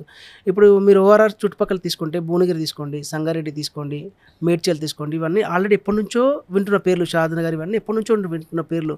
ఒక సందర్భంలో మనకి 6 నుంచి 7 వేల రూపాయలకు గజం దొరికే ప్లేస్ ఇప్పుడు 15 నుంచి 20 వేలు అయిపోయింది. ఇప్పుడు ఆ డబ్బులు పెట్టాలంటే ఆ లొకేషన్ నుంచి 10-15 కిలోమీటర్ దూరం వెళ్ళాల్సి వస్తుంది. సో అందుకు ఇప్పుడిప్పుడే మార్కెట్ స్టార్ట్ అవుతుంది, ఇప్పుడిప్పుడే గవర్నమెంట్ దాని మీద కాన్సన్ట్రేషన్ ప్లేస్ ఏంటంటే వికారాబాద్. సో ఇప్పటివరకు వికారాబాద్ పేరు ఎక్కడ మీరు వినలేదు, చాలా తక్కువ చోట్ల విన్నారు. ఇప్పుడు బీజాపూర్ హైవే వస్తుంది, అండ్ నియోపోలిస్ పక్కనే ఉంది, ఆల్మోస్ట్ 25-30 కిలోమీటర్ డిస్టెన్స్లో నియోపోలిస్ ఉంది, గోల్డెన్ ట్రయాంగిల్ ఉంది. శంకరపల్లి కూడా చాలా పెద్దగా డెవలప్మెంట్ అవుతుంది, రేడియేటర్స్ వస్తున్నాయి, 200 feet రోడ్ వస్తుంది. రీసెంట్గా మొన్న 6 lane రోడ్ కూడా శాంక్షన్ అయింది, బీజాపూర్ రోడ్ వర్క్ జరుగుతుంది. సో ఇప్పుడిప్పుడే ఎర్లీ బర్డ్ ఆప్షన్స్ కావాలనుకుంటే Vikarabad is the safest zone. ఎందుకంటే మన డబ్బులు బిజినెస్ స్టార్ట్ అవుతున్న టైంలో పెట్టామనుకోండి అప్రిసియేషన్ ఎక్కువ ఉంటుంది, వన్స్ పెరిగిన తర్వాత పెట్టామనుకోండి అప్రిసియేషన్ తక్కువ ఉంటుంది. కాబట్టి నేను ప్రజెంట్ ఉన్న మార్కెట్లో ట్రెండీగా ఉంది ఏంటంటే వికారాబాద్ చాలా మందికి ట్రెండీగా ఉంది. సో క్లోజింగ్ ఆప్షన్స్ కూడా ఎక్కువ ఉన్నాయి, అక్కడ ల్యాండ్ బ్యాంక్స్ ఉన్నాయి. సో మెయిన్ ఏంటంటే లైఫ్ స్టైల్ అని చెప్పాను కదా ఇందాక, లైఫ్ స్టైల్ ఇన్వెస్ట్మెంట్ అని, అది suitable for Vikarabad. So growth ఉంటుంది, లైఫ్ స్టైల్ ఉంటుంది. పొల్యూషన్ జోన్ హైదరాబాద్లో చూసుకుంటే 14-20% పొల్యూషన్ రేట్ ఉంటే అక్కడ మనకి బిలో 10% పొల్యూషన్ జోన్ ఉంది. సో చాలా మందికి అవేర్నెస్ కూడా పెరుగుతుంది ఈ మధ్య. సో ఇన్వెస్ట్మెంట్స్ కూడా చాలా మంది చేస్తున్నారు ఆ ఏరియాలో. ఫస్ట్ ఆఫ్ ఆల్ ఏంటంటే ఒక సిచ్యువేషన్ జరిగినప్పుడు పాజిటివ్ ఆర్ నెగిటివ్ రెండు ఉంటాయి. యా, ఇప్పుడు రియల్ ఎస్టేట్ రంగం బాగుందని ఎంత మాట్లాడుకున్నా హైడ్రా వచ్చాక ప్రతి ఒక్కరు భయపడ్డారు. యా, ఇన్వెస్ట్మెంట్ చేయాలంటే కూడా భయపడాల్సిన సిచ్యువేషన్స్ వచ్చాయి. అవునండి. ఎక్కడన్నా ఒక చోట కొనండి అన్నా కూడా ఇప్పుడేం వద్దు, మేము బాగానే ఉన్నాం, దీన్ని తీసుకెళ్ళి బంగారం మీద బ్యాంక్లోనే పెట్టుకుని హ్యాపీగా లైఫ్ని లీడ్ చేస్తామని వచ్చారు. యా. ఇప్పటికీ హైడ్రా భయం వెంటాడుతుందా? రియల్ ఎస్టేట్ రంగం మీద పాజిటివ్ ఒపీనియన్ వచ్చిందా? యాక్చువల్గా హైడ్రా వచ్చినప్పుడు చాలామంది భయపడ్డారండి. ఫస్ట్ వాళ్ళు యాక్షన్ తీసుకున్నప్పుడు భయపడ్డారు. రీసెంట్గా కూడా చాలా చోట్ల వాళ్ళు డిమాన్స్ట్రేషన్ చేశారు. కానీ ఏదైతే చేశారో అది గవర్నమెంట్ ప్రాపర్టీని కాపాడడానికి చేశారు. సో సేవ్ ఇప్పుడు అంటే స్టార్ట్ చేసినప్పుడు ఇప్పటివరకు చాలామందికి అవేర్నెస్ వచ్చింది వాట్ ఈస్ హైడ్రా అనేది. సో ఇప్పుడు కస్టమర్స్ కూడా అడుగుతున్నారు, సార్ ఇది హైడ్రా పరిధిలో ఉందా లేకపోతే హైడ్రా నుంచి పర్మిషన్ ఉందా అని అడుగుతున్నారు. సో నేను ఇందాక చెప్పాను, గవర్నమెంట్ ఏ ప్రాజెక్ట్స్ చేసినా లాంగ్ టర్మ్లో పబ్లిక్కి అవసరమయ్యే ప్రాజెక్టే చేస్తారు. ఇనిషియల్గా వాళ్ళు బాధపడవచ్చు, బట్ లాంగ్ టర్మ్ చూసుకుంటే అది ప్లస్ పాయింట్ అండి. ఇప్పుడు హైడ్రా వచ్చిన తర్వాత చాలామంది అడుగుతున్నారు, సరే ఇది హైడ్రా జోన్లో ఉందా, హైడ్రా నుంచి పర్మిషన్ ఉందా. సో వన్స్ నేను చెప్పాను ఇందాక, గవర్నమెంట్ పర్మిషన్కి వెళ్ళిన తర్వాత హైడ్రా ఇట్ సెల్ఫ్ ఆల్సో దానికి పర్మిషన్ ఉంటుంది. సో దానికోసం స్పెషల్ పర్మిషన్ మనం తీసుకోవాల్సిన అవసరం లేదు. So once DTCP, HMDA, RERA permission, local authorities permission వచ్చిందంటే so it is the safe zone. So మనకి హైడ్రా ఒకప్పుడు ప్రాబ్లం వచ్చినా ఇప్పుడు ప్లస్ పాయింట్ అయిందండి అది. దానివల్ల ఇప్పుడు అందరికీ హ్యాపీగా ఉన్నారు. ఎందుకంటే ఇన్వెస్టర్స్ అప్పుడు చేసిన వాళ్ళు బాధపడ్డారు, కొంత ఒక 10%, 15% పీపుల్ బాధపడ్డారు, బట్ మిగతా 70-80% పీపుల్కి అది ప్లస్ పాయింట్ అయింది. సో అది వాల్యూ యాడెడ్ అనుకోవాలి మనం. అయితే ఇప్పుడు హైడ్రా భయం లేదంటారు? ఉంది, కానీ ఎవరైతే అప్పట్లో లాంగ్ అంటే పాస్ట్లో ఇన్వెస్ట్ చేసిన వాళ్ళు ఇప్పుడు భయపడుతున్నారు. సో అది నాది హైడ్రాలో ఉందా లేదా అని. కొత్తగా ఇన్వెస్ట్మెంట్ చేసే వాళ్ళకి ఆ భయం లేదు. హైడ్రా రావడం వల్ల ఒక అవగాహన అయితే వచ్చిందంటే అవేర్నెస్ క్రియేట్ అయిందా? చాలా అవేర్నెస్ క్రియేట్ అయింది. సో అందుకంటే అందరూ ఆలోచిస్తున్నారు, థింక్ చేస్తున్నారు. ఇంకోటి ఏంటంటే వాళ్ళు వెబ్సైట్ కూడా రిలీజ్ చేశారు కదా, ఈ ల్యాండ్ హైడ్రాలో ఉందా లేదా చెక్ చేసుకోమని అఫీషియల్గా వెబ్సైట్ రిలీజ్ చేస్తున్నారు. కాబట్టి ఈవెన్ కస్టమర్స్ కూడా దానిలో వెళ్ళి చెక్ చేసుకుంటారు. చెక్ చేసుకొని వాళ్ళు మోటివేట్ అవుతున్నారు. వాళ్ళు ఓకే నా సేఫ్ జోన్లో ఉంది, నేను ఇన్వెస్ట్మెంట్ చేయొచ్చు అని ఆలోచిస్తున్నారు. సో నో ప్రాబ్లం దానిలో. ఏ రంగంలో అయినా మోసాలు కూడా జరుగుతుంటాయి. ఇప్పుడు రియల్ ఎస్టేట్ రంగంలో మోసాలు జరగకుండా ఒక పర్సన్ జెన్యున్గా వచ్చి ఇన్వెస్ట్మెంట్ చేయాలని వచ్చిన ఒక పర్సన్కి మంచి జరగాలి, మోసాలకి గురి కాకూడదు. మీరిచ్చే సజెషన్స్ ఏంటి క్లయింట్కి? అవునండి, మోసం జరగకుండా అంటే క్లయింట్ కూడా ఒక ఆలోచన ఉండాలి. ఇప్పుడు ఫర్ ఎగ్జాంపుల్ నేను చాలాసార్లు చెప్తుంటాను, ఇప్పుడు మీరు ఒక వెహికల్ కొనుక్కోవాలనుకోండి, వెహికల్ గురించి రీసెర్చ్ చేస్తారు. నాకు ఎంత బడ్జెట్లో కావాలి, 5 సీటర్ కావాలా, 7 సీటర్ కావాలా, ఏ బ్రాండ్ కావాలని ఎంక్వైరీ చేస్తారు కదా. సో ఏది సూటబుల్ ఉందని మీరు ఎంక్వైరీ చేస్తారు. అలాగే మీరు ప్రాపర్టీ కొనేటప్పుడు ఏ లొకేషన్లో బాగుంది, అందులో ఏ కంపెనీ సక్సెస్ఫుల్గా రన్ అవుతుంది, ఏ కంపెనీ లాంగ్ టర్మ్ నుంచి సర్వీస్ ఇస్తున్నారు, ఏ లాంగ్ టర్మ్ నుంచి బిజినెస్లో ఉంది, అలాంటి కంపెనీని సెలెక్ట్ చేసుకోండి. ఇంకోటి ఏంటంటే ఏదైనా సరే ఒక టీవీ కొన్నా ఏదైనా కొన్నా కానీ మనకు తెలిసిన షాప్కి వెళ్తాము, తెలిసిన వాళ్ళ సేల్స్మెన్ పట్టుకొని వెళ్ళి చెక్ చేసుకుంటాం. రియల్ ఎస్టేట్ కూడా అలాగే చేయండి. మీకు నమ్మకం ఉన్న వాళ్ళ దగ్గరికి వెళ్ళి, మీ నోన్ సర్కిల్లోకి వెళ్ళి వచ్చిన వాళ్ళకి వాళ్ళు మంచి ఆపర్చునిటీస్ వస్తారు. సో మీకు వాళ్ళ దగ్గర ఏంటంటే ఈ భయం ఉండదు మీ దగ్గర. సో చాలామంది ఏంటంటే ఈ మధ్య ఆన్లైన్లోకి వెళ్ళిపోతున్నారు. రీసెంట్గా మా క్లయింట్ కూడా ఒక అతను ఆన్లైన్లో ప్లాట్ తీసుకున్న తర్వాత ఆన్లైన్లో వెరిఫై చేసుకున్నాడు. సో వాళ్ళు ఏదో సమ్ డిస్కౌంట్స్ అది ఇదని చెప్పిన తర్వాత నేను చెప్పా, ఆన్లైన్లో ఎంత బిజినెస్ ఉందో అంత మోసం కూడా ఉంటుందండి, ట్రస్ట్ చేయండి. ఇప్పుడు ఫర్ ఎగ్జాంపుల్ మీరు ఆన్లైన్లో మీరు అతనికి డబ్బులు పంపించేశారనుకో, ఆయన సెల్ఫ్ అకౌంట్ ఇచ్చాడు. రియల్ ఎస్టేట్ రంగం ఆన్లైన్లో కూడా వచ్చేసింది. ఆన్లైన్ అంటే ఇప్పుడు ఉందా కదండి, మ్యాజిక్ బ్రిక్స్ ఉంది, యూట్యూబ్ ఉంది, ఇన్స్టాగ్రామ్ ఉంది, చాలా మంది దానిలో అడ్వర్టైజ్మెంట్స్ ఇస్తున్నారు కదా. సో ఫేక్ అడ్వర్టైజ్మెంట్స్ కూడా జరుగుతుంటాయి. జెన్యూన్ ప్రతి దగ్గర ప్లస్ ఉంది, మైనస్ ఉంది. సో ఫేక్ అడ్వర్టైజర్స్ ఉంటారు, జెన్యూన్ అడ్వర్టైజర్స్ ఉంటారు. కానీ అంత బల్క్ గా అమౌంట్ కట్టేటప్పుడు కనీసం పర్సన్ తో మాట్లాడకుండా ఎలా పే చేస్తున్నారు? నేను అదే చెప్తున్నా. అందుకే రియల్ ఎస్టేట్ ఇన్వెస్ట్ చేసేటప్పుడు కంపల్సరీ చాలా మంది ఇంతకుముందు ఒక పాస్ట్ ఒక 3-4 years వరకు కస్టమర్లు అపాయింట్మెంట్ ఇచ్చేవాళ్ళు. సార్ ఇంటికి రండి, మాతో మాట్లాడండి. మేము కూడా అడిగేవాళ్ళం, సార్ మీరు ఇంత డబ్బులు పెడుతున్నారు, 2 లక్షలు పెడుతున్నారు, ఒక ½ hour మాకు టైం ఇవ్వండి అని అడిగేవాళ్ళం. వాళ్ళు ఇచ్చేవాళ్ళు. మేము వెళ్ళి వాళ్ళతో మాట్లాడేవాళ్ళం. ఫస్ట్ ముఖపరిచయం ఉంటుంది, దాని తర్వాత ఫాలోఅప్లో 2-3 సార్లు మా గురించి కూడా తెలుస్తుంది. సో వాళ్ళు సేఫ్ సైడ్గా ఇన్వెస్ట్ చేసేవాళ్ళు. ఇప్పుడు టైం ఏమంటే ఆన్లైన్లో పంపించండి సార్ మేము చూసుకుంటామంటున్నారు. సో అది బిగ్గర్ మిస్టేక్ అండి ఇన్వెస్టర్స్కి. ఎప్పుడైనా సరే రియల్ ఎస్టేట్లో ఇన్వెస్ట్ చేసేటప్పుడు కంపల్సరీ ఎవరైతే మీకు ప్రపోజ్ చేస్తున్నారో వాళ్ళని కంపల్సరీ కలవండి, టైం ఇవ్వండి. మీరు పెట్టే డబ్బులకి మీరు టైం ఇవ్వకపోతే ఎట్లా? సైట్ చూడడానికి టైం ఇవ్వాలి, ముందు మీరు కలవాలి ఏజెంట్కి టైం ఇవ్వండి. వాళ్ళు మీ దగ్గరికి వస్తారు, కలుస్తారు. సో ప్రాపర్ డీటెయిల్స్ మీకు కమ్యూనికేషన్ వస్తుంది, వాళ్ళ మీద మీకు ట్రస్ట్ వచ్చినప్పుడే మీరు సైట్కి వెళ్ళండి. అప్పుడు మీకు పర్సంటేజ్ తగ్గుతుంది, మోసపోయే పర్సంటేజ్ 70-80% తగ్గుతుంది. ఫస్ట్ మీకు ఇంటికి వచ్చిన తర్వాత మీరు సైట్కి వెళ్ళి చూపించిన తర్వాత సైట్లో వాళ్ళ బిహేవియర్ కానీ, వాళ్ళ కొలీగ్స్ కానీ, వాళ్ళ ఎండీస్ కానీ సూపీరియర్స్ ఉంటారు, వాళ్ళే సూపీరియర్ అయితే మీకు తెలుస్తుంది. సో దానివల్ల మీకు ఏంటంటే సేఫ్ జోన్ ఉంటుంది, అరే మీరు కరెక్ట్ పర్సన్ దగ్గరికి వెళ్ళారా లేదని తెలుస్తుంది. సో ఆపర్చునిటీ ఇవ్వండి. కస్టమర్ అంటే ఎవరైతే మీకు ప్రపోజ్ చేస్తున్నారో ప్రాపర్టీని అతన్ని కలవడానికి టైం ఇవ్వండి. సో కలిసిన తర్వాతే మీరు డెసిషన్ తీసుకోండి. ఎందుకంటే ఎప్పుడైనా సరే కలిసినప్పుడు ఐ టు ఐ కాంటాక్ట్లో మాట్లాడినప్పుడు మీకేం కావాలో తెలుస్తుంది. ఏజెంట్ అంటే ఎవరైతే అసోసియేట్ ఉన్నారో వాళ్ళకి మీకేం కావాలో వాళ్ళు అదే ప్రాజెక్ట్ సజెస్ట్ చేస్తారు. సో దానివల్ల మీకు ఒక ½ hour టైం వేస్ట్ అవుతుంది, కానీ మీ డబ్బులకి చాలా విలువ ఉంటుంది, మోసపోవడానికి అవకాశాలు ఉండవు. ఫర్ ఎగ్జాంపుల్ ఇప్పుడు మీరు ఒక ఎగ్జాంపుల్తో చెప్పారు కాబట్టి ఇప్పుడు రీసెంట్గా మీరు విన్నటువంటి కొన్ని ఎగ్జాంపుల్స్ షేర్ చేయండి. ఆన్‌లైన్‌లో ఇన్వెస్ట్‌మెంట్ చేసే వాళ్ళ సంఖ్య పెరగకుండా ఉండాలంటే ఒక 1, 2 ఆర్ ఎగ్జాంపుల్స్ చెప్తే కొంచెం తెలుస్తుందని చెప్పి. అదే చెప్పాను కదండి. ఇప్పుడు ఫర్ ఎగ్జాంపుల్ ఒక ఏజెంట్ ద్వారా మనం సైట్ చూసాం. సైట్ చూసిన తర్వాత ఆన్లైన్లో ఎంక్వైరీ చేసుకున్నాడు. సో ప్లస్ ఆర్ మైనస్ ఉంటుందండి ప్రైస్. ఇప్పుడు ఫర్ ఎగ్జాంపుల్ మీరు ఫ్లిప్కార్ట్లో తీసుకోండి ఒక ప్రైస్, మార్కెట్లో షోరూమ్కి వెళ్ళి ప్రైస్ తీసుకోండి, మొబైల్ తీసుకోండి, ఫ్లిప్కార్ట్లో రేట్ తక్కువ ఉంటుంది, కరెక్ట్. రైట్? అమెజాన్లో రేట్ తక్కువ ఉంటుంది. మీరు షోరూమ్కి వెళ్ళి తీసుకోండి, ప్రైస్ ఎక్కువ ఉంటుంది, బట్ మీకు ట్రస్ట్ ఉంటుంది, సర్వీస్ ఉంటుంది. కరెక్ట్. మీకు ఆన్లైన్కిను పర్సనల్గా వెళ్ళి తీసుకోవడానికి సర్వీస్ ఇంపార్టెంట్. ఆన్లైన్లో తక్కువ ప్రాఫిట్లు అమ్ముతున్నాడంటే సర్వీస్ ఇవ్వడు మీకు. రేపు పొద్దున మీకు రీసేల్ సర్వీస్ కావచ్చు, డాక్యుమెంటేషన్ సర్వీస్ కావచ్చు, మీరు ఏదైనా బిజీలో ఉంటే మీ అమౌంట్ తీసుకెళ్ళి ఆఫీస్లో కట్టే సర్వీస్ కావచ్చు, మీ రిసీట్ జనరేట్ చేయడం కావచ్చు, మీకు రిజిస్ట్రేషన్లో సపోర్ట్ కావచ్చు, ఏదైనా సర్వీస్ ఎప్పుడు దొరుకుతుంది?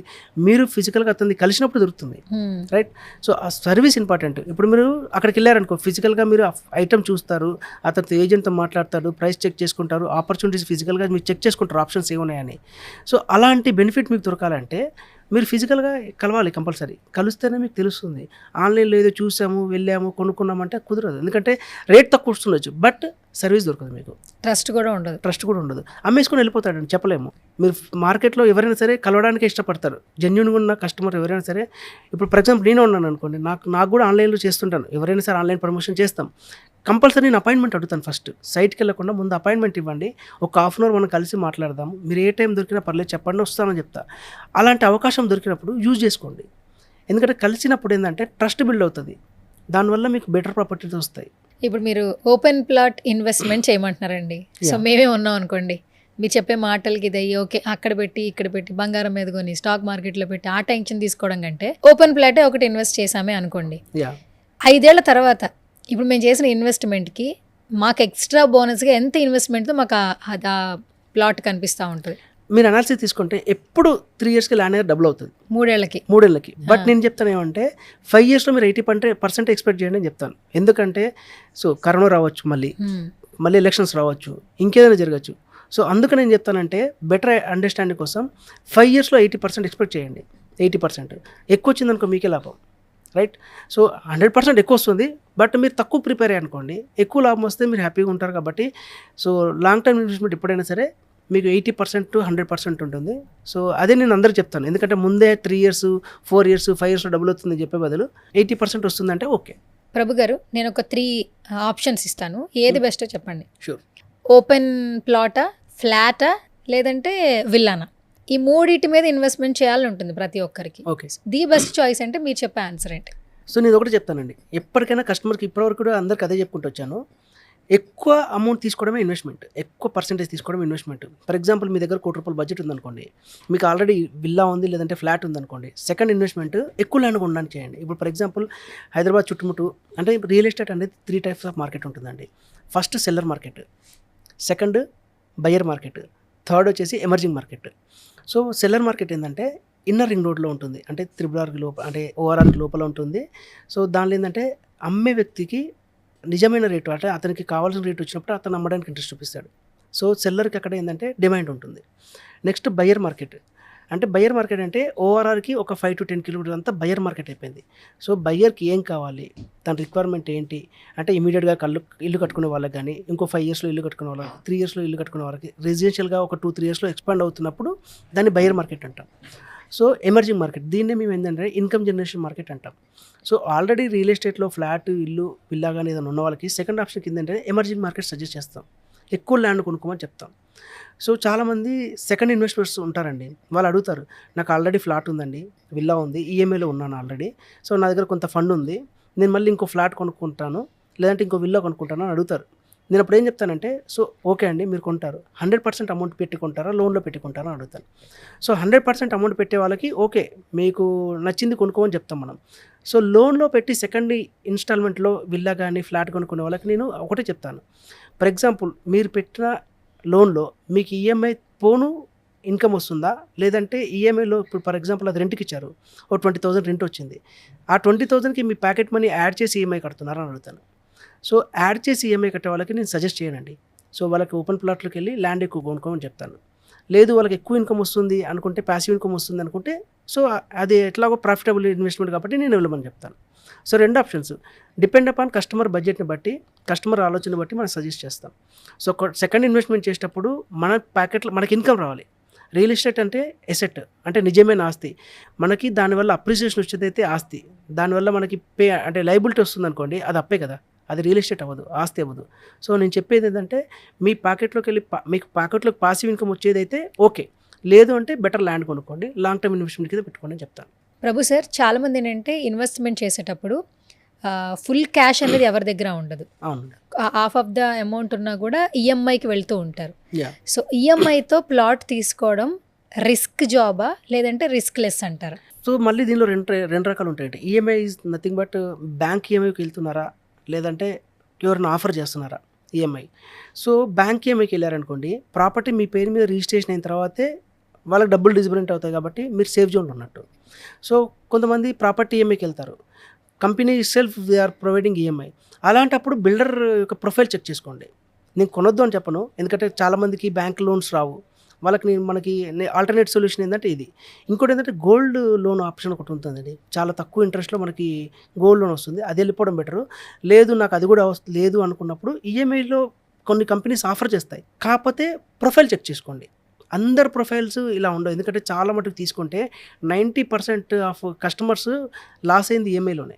ఎలా లాస్ అవుతున్నారు? ఎందుకంటే ఫర్ ఎగ్జాంపుల్ మీరు ఒక 3 years ఈఎంఐలో మీరు ప్రాపర్టీ కొనుక్కున్నారు. సో మీరు ఏదైనా ఒక టర్మ్ ఈఎంఐ మీరు పే చేయలేదు అనుకోండి, అప్పుడు ఏమవుతుంది, మీ ప్లాట్ కంపెనీ వాడు వికెట్ చేస్తాడు. వికెట్ చేసి మీరు మొత్తం ఈఎంఐ కట్టిన తర్వాత పలానా మంత్లో మీరు ఈఎంఐ కట్టలేదండి, మీ ప్లాట్ ఆల్రెడీ వికెట్ అయింది, ఎక్కడో దూరంలో ఇంకో ప్రాపర్టీలో మీకు ఇస్తాను తీసుకుని అంటాడు. అప్పుడు మీకు లాస్ కదా. కరెక్ట్. సో మీరు క్యాన్సిల్ చేసుకున్నారనుకోండి, సరే ఎన్ని సంవత్సరాలు మీరు ఈఎంఐ కట్టారు కాబట్టి నేను ఫుల్ అమౌంట్ ఇవ్వలేను, సో 40% 30% కట్ చేసుకొని ఇస్తా అంటాడు, అది కూడా లాసే. అండ్ ఇంకోటి ఏంటంటే బ్యాంక్ ఈఎంఐలో కొనుక్కున్నాను అనుకోండి, మీ ప్లాట్ మీ పేరు మీద ఉంటుంది, మీరు ఈఎంఐ బ్యాంకు కడతారు. సో మీకు ఆలోచన ఏముందంటే ప్రాపర్టీ ఉంది కాబట్టి మీరు కట్టాలి కంపల్సరీ ఒక ఆలోచన ఉంటుంది. అదే ఈఎంఐ మీరు కంపెనీ నుంచి ఎక్కడి నుంచి వచ్చిందనుకోండి, మధ్యలో మీకు ఏదైనా ఇబ్బంది అయ్యి ఆపేశారనుకోండి, క్యాన్సిల్ చేసుకొని ఆ డబ్బులు తెచ్చుకుందామని ఆలోచనలో ఉంటారు, అప్పుడు మీకు ఇన్వెస్ట్మెంట్ అవ్వదు. అది ఏదో ఎక్కడో డబ్బులు దాచిపెట్టుకొని తెచ్చుకున్నట్టు ఉంటుంది కానీ ఇన్వెస్ట్మెంట్ అవ్వదు. ఇన్వెస్ట్మెంట్ ఏంటంటే మీ పేరు మీద రిజిస్ట్రేషన్ అయిపోతే అది ఇన్వెస్ట్మెంట్. సో నేను సజెస్ట్ చేసేది ఏంటంటే బ్యాంక్ లోన్కి వెళ్ళండి, లేదంటే గోల్డ్ లోన్కి వెళ్ళండి. ఇందాక మీరు చెప్పినట్టు కొన్ని చిట్టి కంపెనీస్ ఉంటాయి, మంచి మంచి చిట్టీస్ కంపెనీస్ ఉంటాయి, అక్కడికి వెళ్ళి మీరు ఏదైనా ఫండ్ చిట్టి వేసి తీసుకొచ్చుకొని కొనుక్కోండి. సో అప్పుడు మీకు ఒక రెస్పాన్సిబిలిటీ ఉంటుంది, అరే నా పేరు మీద ప్రాపర్టీ రిజిస్ట్రేషన్ అయింది కదా, నేను డబ్బులు కట్టాలన్న అవగాహన మీకు ఉంటుంది, రెస్పాన్సిబిలిటీ ఉంటుంది, కాబట్టి ఆ ఎసెట్ మీకు లాంగ్ టర్మ్లో యూజ్ అవుతుంది. ఫస్ట్ టైం ఇన్వెస్ట్మెంట్ చాలామందికి toughest job actually, but it's dream come true అని కూడా అంటుంటారు. అవునండి, సొంత ఇంటి కళ, లేదంటే సొంతంగా మనకంటూ ఒక ప్రాపర్టీ ఉండాలని అందరికీ ఉంటుంది. బట్ ఎప్పుడైతే ఒక ఇన్వెస్ట్మెంట్ చేయాలని ఒక పర్సన్కి ఆలోచన వచ్చిన తర్వాత ఎలాంటి మెలకువలతో ఇన్వెస్ట్మెంట్ మీద మనం అమౌంట్ అనేది పెట్టాలి, సజెషన్స్ ఏమైనా చెప్తారు? సింపుల్ అండి. ఇప్పుడు ఇందాక చెప్పినట్టు సేమ్ అదే ఎగ్జాంపుల్, మీరు ఏదైనా ఎసెట్ కొనుక్కోవాలి, కారు కొనుక్కోవాలి, లేదంటే టీవీ కొనుక్కోవాలి అన్నప్పుడు మీరు ఒక ఐడియా ఉంటుంది, ఇంత బడ్జెట్లో కొందాము, సో ఇలాంటి బ్రాండ్ కొందాము, సో ఇంత ఇప్పుడు ఎస్యూవి తీసుకుందామా, లేదంటే హ్యాష్ బ్యాగ్ తీసుకుందామా, లేదంటే సెడాన్ తీసుకుందామా అని ఒక ఆలోచన మీకు ఉంటుంది. సో ఏదైనా సరే మీరు ఒక ప్రాపర్టీ కొనుక్కుంటప్పుడు మీ రిక్వైర్మెంట్ రాసుకోండి, అంటే మీకు ఎన్ని గజాలు కావాలి, ల్యాండ్ కావాలా, ఒక ఇల్లు కావాలంటే మీ బడ్జెట్ ఎంత షిఫ్ట్లో కొనుక్కుంటాం అనేది ఒకటి రాసుకోండి. అనుకోకుండా పేపర్ పెన్ పెట్టుకొని రాసుకుంటే మీకు క్యాలిక్యులేషన్ అర్థమవుతుంది. దాన్ని బట్టి మార్కెట్లో సెర్చ్ చేయండి. మీకు నోన్ సర్కిల్ ఎవరైనా ఉంటే బెస్ట్, ఇప్పుడు మా కన్సల్టెంట్ అని చెప్పాను ఇందాక మీకు ఇంట్రడ్యూస్ చేసుకున్నప్పుడు, కన్సల్టెంట్ అని చెప్పాను, ఒక కన్సల్టెంట్ని కలవండి. కన్సల్టెంట్ కలిపితే మీకు బెటర్ ఆపర్చునిటీస్ ఇస్తారు. ఎక్కడ ఏ బ్యాంక్లో ఎంత ఫెసిలిటీ లోన్స్ ఉన్నాయి ఇవన్నీ అన్నీ చెప్తారు. కన్సల్టెంట్ అంటే మీకు ఎవ్రీథింగ్ ఉంటుంది. అంటే సేల్స్మెన్కి కన్సల్టెంట్ డిఫరెన్స్ ఏంటంటే సేల్స్మెన్ అనేది ఓన్లీ అమ్మడం మీద కాన్సన్ట్రేషన్ ఉంటుంది, మీకు ఏదో ఒక ప్రాజెక్ట్ అమ్మాలి. కన్సల్టెంట్ ఏంటంటే మీకు ఐడియా ఇస్తాడు, ఎడ్యుకేట్ చేస్తాడు. సో మీకు నచ్చింది ఈ ప్రాజెక్ట్లో ఇన్వెస్ట్ చేయమంటే ఆయన ఇప్పిస్తాడు, లేదు ఎడ్యుకేషన్ వస్తుంది, మీకు ఇన్ఫర్మేషన్ వస్తుంది, మీరు అనాలిసిస్ చేసైనా కొనుక్కోవచ్చు. కన్సల్టెంట్ దగ్గర ఆపర్చునిటీ ఏంటంటే ఇప్పుడు ఫర్ ఎగ్జాంపుల్ మీకు ఇన్ఫర్మేషన్ కావాలన్నప్పుడు consultant is the best option. సరే, ఇప్పుడు ప్లాట్ అంటే ఇన్వెస్ట్మెంట్ అనేది ఫ్యామిలీ కోసం చేయాలా, లేదా ఇన్వెస్ట్మెంట్ చేయాలా? ఏది చేసినా ఫ్యామిలీ కోసమే యాక్చువల్గా, ఎందుకంటే ఫ్యామిలీ కోసమే మనం ఇన్వెస్ట్మెంట్ చేస్తాం. అంటే ఫ్యూచర్లో మన రిటైర్మెంట్ కోసం కావచ్చు, పిల్లల ఎడ్యుకేషన్ కోసం కావచ్చు, పిల్లల పెళ్ళిళ్ళ కోసం కావచ్చు, ఇన్వెస్ట్మెంట్ ఈజ్ ఫ్యామిలీ కోసమే మనం చేస్తాం. బట్ ఫ్యామిలీ కోసం చేసేటప్పుడు ఏంటంటే మనం లాంగ్ టర్మ్ ఆలోచించి చేస్తాం, రైట్? కొంతమంది అప్పట్లో ఎఫ్డీస్ అనేవాళ్ళు, దాని తర్వాత బైబ్యాక్ పాలసీస్ వచ్చాయి, అంటే మధ్యలో ఇంటర్నేషనల్ పాలసీలు ఇచ్చేవాళ్ళు వచ్చారు. ఇప్పుడు ఏంటంటే అవన్నీ కాకుండా లాంగ్ టర్మ్ ఇన్వెస్ట్మెంట్ జోన్కి వెళ్తున్నారు. అంటే ఫ్యూచర్లో ఇప్పుడు ఆల్రెడీ మనం చిన్నింట్లో ఉంటున్నాము, లేదు మనం ఇక్కడ రెంట్ పే చేసి ఉంటున్నాము, పిల్లలకు ఒక ఎసెట్ కావాలి, లేదంటే ఇక్కడ ఉన్న ఇల్లు కాకుండా ఫ్యూచర్లో రిటైర్మెంట్ అయినప్పుడు నాకు మంచి లావిష్గా ఉండి ఇల్లు కావాలనుకుంటున్నప్పుడు. సో అప్పుడు ఏంటంటే ఏదైనా సరే ఇన్వెస్ట్మెంట్ ఆలోచించినప్పుడు ఫ్యామిలీ బేస్ చేసుకుని ఆలోచిస్తామండి. రిక్వైర్మెంట్ ఎప్పుడు ఫ్యామిలీ నుంచి సపోర్ట్ ఉంటుంది. సో ఇన్వెస్ట్మెంట్ అనేది ఎప్పుడు కానీ ఫ్యామిలీకి సంబంధించింది ఉంటుంది కాబట్టి దాన్ని చూసి ఇన్వెస్ట్మెంట్ చేయడం బెటర్. అంటే ఫ్యూచర్ రిక్వైర్మెంట్స్ ఏంది, నా ఫ్యామిలీలో ఫ్యూచర్ రిక్వైర్మెంట్స్ ఏందని మనకు తెలుస్తుంది. పిల్లల గురించా, లేదంటే పేరెంట్స్ గురించా, లేదంటే మనకి రిటైర్మెంట్ హోమ్ కావాలా, లేకపోతే మన రిటైర్మెంట్ బెనిఫిట్స్ కోసం కావాలా అనేది చూసుకోవాలి. సో ఫర్ ఎగ్జాంపుల్ నేను ఇప్పుడు ఉన్నాను, రిటైర్మెంట్ బెనిఫిట్ ఇప్పుడు చూసుకుంటే ఇన్ఫ్లమేషన్ చూసుకోండి. ఇప్పుడు దానికి నెక్స్ట్ 10 years వరకు చాలా, ఇప్పుడు ₹1,00,00,000 సరిపోతుంది, అప్పుడు ₹1,00,00,000 నథింగ్, 10% అవుతుంది అప్పుడు ₹1,00,00,000. సో అలా అనాలిసిస్ చేసుకొని ఫ్యూచర్ బేస్ చేసుకొని ఇన్వెస్ట్మెంట్ చేయడం బెటర్. సో లోన్ గురించి మాట్లాడారు కాబట్టి ఇప్పుడు ప్రతి ఒక్కరు ఇన్వెస్ట్మెంట్ చేసేటప్పుడు లోన్ త్రూనే వెళ్ళాలనుకుంటారు. యా, కొంతమందికి ఏంటంటే హోమ్ లోన్ తీసుకోవడం బెస్టా, ప్లాట్ పైన మీద లోన్ తీసుకోవడం బెస్టా అని అడుగుతుంటారు. So Yeah. ఈ రెండింటి గురించి ఆలోచించే వాళ్ళకి మీరు ఇచ్చే సజెషన్ ఏంటి? హోమ్ లోన్ అంటే ఏంటండి, ఏం లేదండి. హోమ్ అంటే మీరు ఆల్రెడీ కన్స్ట్రక్షన్లో ఉన్నది, కానీ కన్స్ట్రక్షన్ అయిన దాని మీద తీసుకునేది హోమ్ లోన్. దాన్ని మార్టిగేజ్ లోన్ అంటాం, రెండు అంటాం. ల్యాండ్ మీద కూడా లోన్స్ ఇస్తాయి, దాని ల్యాండ్ లోన్ అంటాం. సో డిపెండ్స్ అపాన్ మీరు వెళ్ళినప్పుడు. ఇప్పుడు ఏంటంటే కొన్ని రకాల బ్యాంక్స్ కూడా వస్తాయి. మీరు ల్యాండ్ కొనుక్కున్నప్పుడు 2 years లోపల కన్స్ట్రక్షన్ చేసే అవకాశం ఉన్న వాటికి దాని వేరే లోన్ ఉంటుంది. అంటే కంపల్సరీ 2 years లోపల మీరు కన్స్ట్రక్షన్ యాక్టివిటీ చేస్తే అది హోమ్ లోన్ కింద కన్సిడర్ చేస్తారు. ల్యాండ్ లోన్ కింద ఇచ్చి 2 years తర్వాత కన్స్ట్రక్షన్ చేస్తారు కాబట్టి దాన్ని హోమ్ లోన్ కింద కన్వర్ట్ చేస్తారు. సో హోమ్ లోన్ ఏంటంటే రెడీగా కన్స్ట్రక్ట్ అవుతుంది, లేదు మీరు ఆక్యుపెన్సీ లోన్లో తీసుకోవడానికి హోమ్ లోన్ వాడతారు. సో రెండు టర్మినాలజీ సపరేట్. ల్యాండ్ మీద ఇచ్చి ఫ్యూచర్లో దాన్ని కన్స్ట్రక్షన్ చేసుకొని హోమ్ లోన్ కింద కన్వర్ట్ చేసుకోవచ్చు. Home loan direct home loan కింద ఉంటుంది. రెండు ఆప్షన్స్ వేరు అండి. ప్రభు సార్, ఇప్పుడు రియల్ ఎస్టేట్ రంగంలో చాలా మంది ఎన్నో ప్రాజెక్ట్స్ వేస్తున్నారు. కొంతమంది వెంచర్స్ వేస్తున్నారు, కొంతమంది ఓపెన్ ప్లాట్స్ ఇస్తున్నారు, విల్లాస్ ఇస్తున్నారు. కానీ కామన్గా ఒక డౌట్ ఉంటుంది, గేటెడ్ కమ్యూనిటీయా అన్న క్వశ్చన్ ఎక్కువగా రేజ్ అవుతూ ఉంటుంది. ఎందుకు ఎక్కడికి వెళ్ళినా కూడా గేటెడ్ కమ్యూనిటీకి ఉన్నటువంటి డిమాండ్ పెరుగుతూనే ఉంటుంది అసలు? ఎందుకంటే అక్కడ ఇచ్చే అమ్యూనిటీస్ అండి. మెయిన్ గేటెడ్ కమ్యూనిటీ ఏంటంటే అమ్యూనిటీస్ ఉంటాయి, సెక్యూరిటీ ఉంటుంది. ఫర్ ఎగ్జాంపుల్ మీరు ఏదైనా గేటెడ్ కమ్యూనిటీ తీసుకోండి, దానికి సెక్యూరిటీ మీకు 24/7 సెక్యూరిటీ ఉంటుంది. మీరు ఒకవేళ బయటికి వెళ్తున్నారు, ఫ్యామిలీ అర్జెన్సీలో బయటికి వెళ్తున్నారు, విదేశాలకు వెళ్ళారు, పోనీ రెగ్యులర్గా ఆఫీస్కి వెళ్తున్నారు, మీ పిల్లలకు సెక్యూరిటీ కావాలనుకుంటున్నారు. సో ప్రతి ఇంటికి మనం సెక్యూరిటీ గార్డ్ని పెట్టుకోలేంగా, సీసీ కెమెరాలు పెట్టుకోవచ్చు, కానీ కంటిన్యూగా మనం సీసీ కెమెరాను వాచ్ చేస్తూ ఉండలేంగా. సో అందుకని చాలామంది అమ్యూనిటీస్ కోసం అని గేటెడ్ కమ్యూనిటీస్కి వెళ్తున్నారు. సెక్యూరిటీ వస్తుంది, వాళ్ళకి కావాల్సిన అమ్యూనిటీస్ దొరుకుతాయి. సో క్లబ్ హౌస్ ఉంటుంది, అవన్నీ ఉంటాయి కాబట్టి సో చాలామంది ఇంట్రెస్ట్ చూపిస్తున్నారు. ఇప్పుడు ఫర్ ఎగ్జాంపుల్ నార్మల్గా ఇండిపెండెంట్ హౌస్ తీసుకున్నారు అనుకోండి, మీరే సమ్మర్లో స్విమ్మింగ్కి వెళ్ళాలి, ఎక్కడో ఉన్న స్విమ్మింగ్ పూల్కి వెళ్ళాలి. అదే గేటెడ్ కమ్యూనిటీ తీసుకున్నారు అనుకోండి, స్విమ్మింగ్ పూల్ అక్కడే ఉంటుంది, ప్లే ఏరియా అక్కడే ఉంటుంది, వాకింగ్ వెళ్ళాలన్నా అక్కడే ఉంటుంది. సో ఇంకోటి ఏంటంటే స్ట్రక్చరల్ పిల్లలకు కూడా ఒక వే ఆఫ్ కల్చర్ అలవాటు అవుతుంది. సో వాళ్ళు ఎదగాలన్నా ఒక కల్చరల్, ఒక వే ఆఫ్ అంటే మెంటాలిటీలో పెరుగుతారు. ఒక కల్చర్ ఉంటుంది అక్కడ అపార్ట్మెంట్లో కానీ గేటెడ్ కమ్యూనిటీలో, ఒక కల్చర్ ఆఫ్ డిసిప్లిన్ మెయింటైన్ చేస్తారు. సో పిల్లలు కూడా అదే డిసిప్లిన్లో ఎదగడానికి అవకాశాలు ఉంటాయి. సో అది కూడా ఫ్యూచర్లో వాళ్ళకు ఒక బెస్ట్ ఆప్షన్ కింద చాలామంది గేటెడ్ కమ్యూనిటీస్కి వెళ్తున్నారు. ఓకే, అసలు అంటే మీతో మాట్లాడుతుండేనంటే ఇన్వెస్ట్మెంట్కి ఎంత పవర్ ఉందో, అసలు ఇన్వెస్ట్మెంట్కి ఎందుకు అంతమంది అట్రాక్ట్ అవుతున్నారో అర్థమవుతుంది. సో ఫస్ట్ ఆఫ్ ఆల్ హైదరాబాద్లో వచ్చే 5 ఏళ్లలో ది బెస్ట్ ప్లేసెస్, డబల్ అయ్యే ప్లేసెస్ అంటే ఏంటి? అంటే మాకు ఇన్వెస్ట్మెంట్ చేయాలనుంది, ఫ్యూచర్ చాలా బాగుండాలి, ఎక్కడ ఇన్వెస్ట్ చేయాలి? ఎప్పుడైనా సరే గుర్తుపెట్టుకోండి, మన లాంగ్ టర్మ్ ఇన్వెస్ట్మెంట్ అయినా సరే ఏదైనా సరే మార్కెట్ స్టార్ట్ అవుతున్నప్పుడు, లోలో ఉన్నప్పుడు ఇన్వెస్ట్మెంట్ చేయమని చెప్తాను. సో నేను ఇందాక కూడా చెప్పా, బెస్ట్ ఇన్వెస్ట్మెంట్ తక్కువ రేట్లో ఎక్కువ ల్యాండ్ కొనుక్కోవడం బెస్ట్ ఇన్వెస్ట్మెంట్. ఇప్పుడు అలాంటి ఆపర్చునిటీ మనకి వికారాబాద్లో ఉంది. సో ఇప్పుడిప్పుడే అందరూ వికారాబాద్ని చూస్తున్నారు, వికారాబాద్ వైపు వెళ్తున్నారు. సో గవర్నమెంట్ ప్రాజెక్ట్స్ కూడా ఎక్కువ మట్టుకు ఉన్నాయి. ఇంకోటి ఏంటంటే మోర్ ఓవర్ వికారాబాద్ని మనకి టూరిజం సిటీగా శాంక్షన్ చేశారు, హెల్త్ సిటీగా శాంక్షన్ చేశారు. సో నేను చెప్పాను ఇందాక, రియల్ ఎస్టేట్ అనేది ఇన్వెస్ట్మెంట్ నుంచి లైఫ్ స్టైల్ ఇన్వెస్ట్మెంట్కి వెళ్తుంది. సో ఆ విధంగా చూసుకుంటే మీకు బెటర్ లైఫ్ స్టైల్ ఉంటుంది, ఈజీ రిటర్న్స్ వస్తాయి, గ్రోత్ ఉంటుంది, అండ్ డెవలప్మెంట్స్ కూడా ఉన్నాయి. గోల్డెన్ ట్రయాంగిల్స్కి దగ్గరలో ఉంది, బీజాపూర్ హైవే ఎక్స్పెన్షన్ అవుతుంది, అండ్ మొబిలిటీ వ్యాలీ ఒకటి వికారాబాద్ దగ్గరలో ఉంది, అండ్ ఎయిర్పోర్ట్ కనెక్టివిటీస్ ఉన్నాయి. సో బెస్ట్ ఆప్షన్స్ ఉన్నాయి. ఇంకోటి ఏంటంటే రీసెంట్గా central government project navy radar signal VLF అనేది దామగుండం ఫారెస్ట్లో స్టార్ట్ చేశారు. 2027లో వాళ్ళు ఆపరేట్ చేస్తారు. సో ఇండియాలోని సెకండ్ లార్జెస్ట్ రాడార్ సిగ్నల్ అది. సో మనకి ఏదైతే సబ్మెర్సబుల్స్ ఉంటాయి అండ్ నేవీకి సంబంధించిన వాటికి సిగ్నల్కి సంబంధించిందంతా అక్కడ నుంచే జనరేట్ అవుతుంది. సో అలాంటి పెద్ద పెద్ద గవర్నమెంట్ ప్రాజెక్ట్స్ కూడా వస్తున్నాయి కాబట్టి మీకు అప్రిసియేషన్స్ ఎక్కువ ఉంటాయి. సో ఇన్ఫ్రాస్ట్రక్చర్ పెరుగుతుంది, అండ్ గవర్నమెంట్ ప్రాజెక్ట్స్ ఉన్నాయి, హెల్త్ సిటీ ఉంది, నాన్ పొల్యూషన్ జోన్స్ ఉన్నాయి. అండ్ మీకు కావాల్సిన అంటే ఇండస్ట్రీస్ కూడా కొద్దిగా వికారాబాద్ నుంచి ఒక 10 to 15 కిలోమీటర్స్ దూరంలో ఉన్నాయి కాబట్టి మీకు పొల్యూషన్ ఫ్రీ, ట్రాఫిక్ ఫ్రీ కూడా ఉంటుంది. సో బెస్ట్ ఆప్షన్ నేను ఇప్పుడిప్పుడే మార్కెట్లోకి వస్తుంది కాబట్టి ఎర్లీ బర్డ్ ఆప్షన్ అనేది మీకు ఉంటుంది. So safest and best investment నేను అదే చెప్తాను ఇప్పుడు. అండ్ మెయిన్గా ఇప్పుడు హైదరాబాద్లో కోవిడ్ తర్వాత హైయెస్ట్ పేమెంట్స్ అంటే రెంట్స్ అండి. యా, రెంట్ల రేట్లు ఒక రేంజ్లో పెరిగిపోయినాయి అవును. After Covid. 25,000 30,000 అనేది నార్మల్ అయిపోయింది. అవును ఏరియా బట్టి రెంట్లు పెంచేశారు. అవును ప్రతి ఒక్కరికి ఏంటంటే హౌస్ అనేది నీడ్ కాబట్టి ఇప్పటికిప్పుడు కొనలేరు కాబట్టి Yeah. ఎంత రెంట్లైనా హై రెంట్లు పే చేస్తున్నారు. యా, ఎక్కువ మొత్తంలో రెంట్లు కట్టడానికి ఇష్టపడుతున్నారు కానీ ఇన్వెస్ట్మెంట్ చేయాలంటే భయపడుతున్నారు. అవును ఇదే 25,000 30,000 ఈఎంఐ పెట్టుకున్నా కూడా ఒక ఓపెన్ ప్లాట్ కొనుక్కోవచ్చు, ఇల్లు కొనుక్కోవచ్చు. కానీ ఇక్కడ ఇన్వెస్ట్మెంట్ చేయడానికి ఇంట్రెస్ట్ చూపించట్లేదు. Yeah. ఎందుకంటారు? రెండండి, ఇందాక చెప్పాను కదా రెస్పాన్సిబిలిటీ. ఫర్ ఎగ్జాంపుల్ మీరు ఈఎంఐ అఫోర్డ్ చేయలేకపోతున్నారు, ఫర్ ఎగ్జాంపుల్ రెంట్ అఫోర్డ్ చేయలేకపోతున్నారు, ఇంకో ప్రాపర్టీ చూసుకుంటారు మీరు, కానీ మీకు అది ఎప్పటికీ ఓన్ కాదు. సో నేను ఒకటి చెప్తాను, ఎప్పుడైనా సరే అప్రిసియేషన్ ఏదే. మీరు ఒకప్పుడు ఫ్లాట్ తీసుకోండి, ఒక 10 years బ్యాక్ మీరు ఒక 50 లక్షలకు ఫ్లాట్ తీసుకున్నారనుకోండి, రైట్? ఇప్పుడు మా అంటే ఒక 80 లక్షలు అయి ఉంటుందిగా ఫ్లాట్ వాల్యూ. ఆ చుట్టుపక్కల ఏరియా పెరుగుందిగా, గ్రాడ్యువల్గా పెరుగుతుంది. కానీ జనాలు ఏం చేస్తారంటే ఈ రోజు ఉన్న పరిస్థితికి భయపడి ఇన్వెస్ట్ చేయట్లేదు. సో దానికి రెంటల్ ఇన్కమ్ వెళ్ళిపోతున్నారు. సో నేను చెప్పేది ఏంటంటే ఆ రెంటల్ ఏదో పే చేసుకునే బదులు ఈఎంఐకి వెళ్తే రేపు పొద్దున మీకు అది ఒక ఎసెట్ అవుతుంది.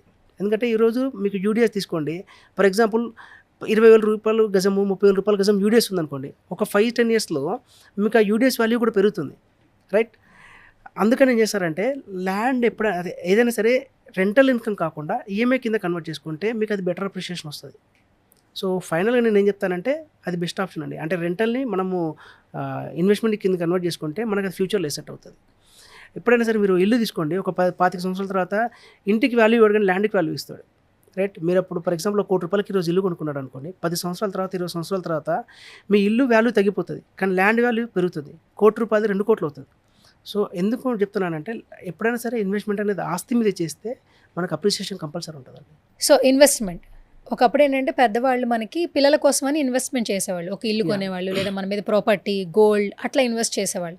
ఇప్పుడు జనరేషన్స్ ఈ 2026లో ఈ జనరేషన్స్ వాళ్ళు ఇన్వెస్ట్ మీద అసలు ఇంట్రెస్ట్ చూపిస్తున్నారు. ఇప్పటికి అంటే అంతకుముందు కంటే చూసుకుంటే ఇప్పుడు జనాలు ఇంకెక్కువ ఇంట్రెస్ట్ చూపిస్తున్నారండి. అంటే మీరు చూడండి, ఒకప్పుడు ఒక వ్యక్తి 40 సంవత్సరాలు వస్తే కానీ ఇల్లు కన్స్ట్రక్షన్ చేసేవాడు కాదు, రైట్? పెళ్ళైన తర్వాత పిల్లలు పుట్టిన తర్వాత 40 ఏళ్ళ తర్వాత 40 ఏళ్ళ తర్వాత ఇల్లు కట్టేవాళ్ళు. ఇప్పుడు చూడండి హార్డ్లీ జాబ్ వచ్చిన తర్వాత 20-25 yearsలోనే వాళ్ళు ఇన్వెస్ట్మెంట్ మీద చూపిస్తున్నారు. సో ల్యాండ్ కొందామా, ఇల్లు కొందామా, ఫ్లాట్ కొందామా, వాళ్ళకి ఆల్రెడీ వాళ్ళు ఆల్రెడీ ఎడ్యుకేట్ అయిపోయారండి. ఇన్వెస్ట్మెంట్ చేయడం బెస్ట్ ఆప్షన్ చెప్పి ఎడ్యుకేట్ అయిపోయారు. వాళ్ళకి వచ్చిన డబ్బుల్ని దాచుకుంటున్నారు ఇప్పుడే. సో అంతకుముందు కంటే ఇప్పుడు ఇన్వెస్ట్మెంట్ పెరిగినాయి. Especially young people real estate మీద ఎక్కువ ఇంట్రెస్ట్ చూపిస్తున్నారు, ఎక్కువ మంది ఇన్వెస్ట్ చేస్తున్నారు.